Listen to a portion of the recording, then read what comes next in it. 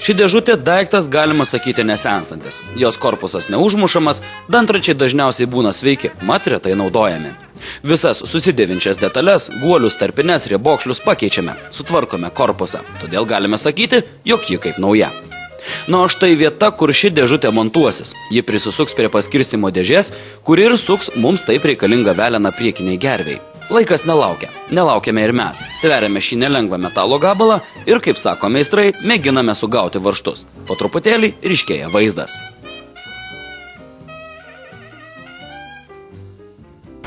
Dabar jau ši mašina tikrai vyriškos giminės. Kiekvienas pažiūrėjęs iš galo tikrai supras, kad ne moteriško. Na, o gervė suks ne kardaninis velenas, kaip yra įprasta, o iš automobilinių pusašių su pakabinamais guoliais sukonstruotas mechanizmas. Priežastis labai paprasta. Vientisas kardanas tiesiog fiziškai nepralys pro mažyčius tarpelius po automobilio dugnu. Naudodami pusašius galime išsilankstyti kaip mums patogu. Tai gali atrodyti nepatikima, tačiau šį variantą esame išbandę patys ir nei kart neturėjome problemų. Todėl esame tvirtai įsitikinę, jog tokia įdiegta galios perdavimo sistema priekiniai gerviai turės pasiteisinti.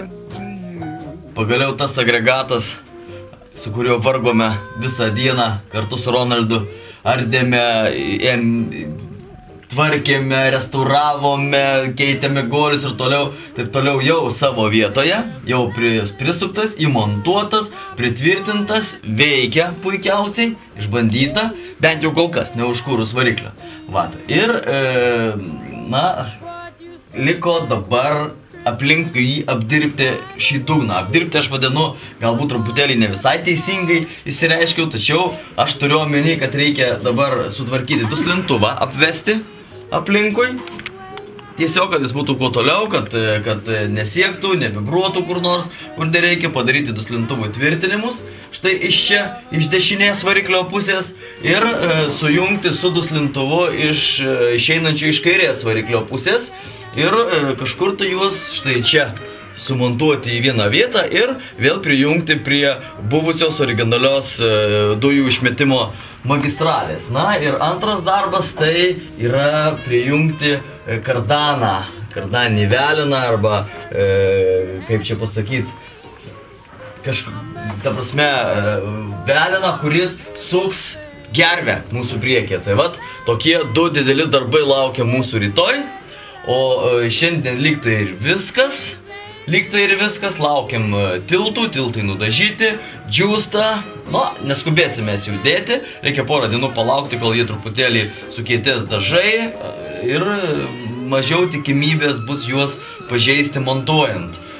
Nesinorėtų juos taip gražiai nudažytus kiek pažeisti. Na, o štai dabar čia tiesa dar, kaip sakiau, duslintuvas kardaninis velenas prijungtas prie geras ir dar reikės padaryti valdymą iš kabinos, iš automobilio salono valdymą štai šitam gervės prietaisui prijungimo.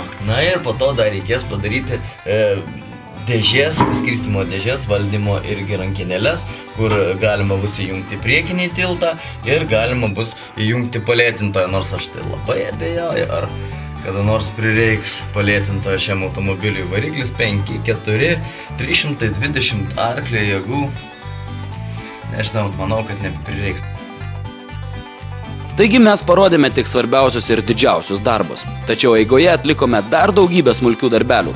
Sumontavome vožtuvus pakabos oro sistemai, pagaminome naujus akumuliatorius tvirtinimus, sumontavome naują langų apiplovimo bakelį. Mat visa tai kažkada buvo sugadinta autoįvykio metu. Štai net išardėme pačią gervę, mat reikėjo pagaminti rankinėlę, kuri kažkada neteisingai naudojantis mechanizmu buvo nulaužta.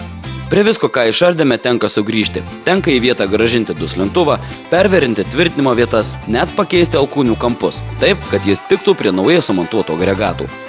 Tenka užsiimti net ir brėžiniais, kuriuos kolega Algirdas piešia beveik kasdien. Atrodo primityvokai, tačiau tekintojai jau išmoko perskaityti tai, ko mums reikia. Žodžiu, darbai autofanų bekelė servise tikrai nestovi. Jau kitoje laidoje į vietą grįž tiltai ir ryškės visas perdaromo visureigio Lincoln Navigator vaizdas.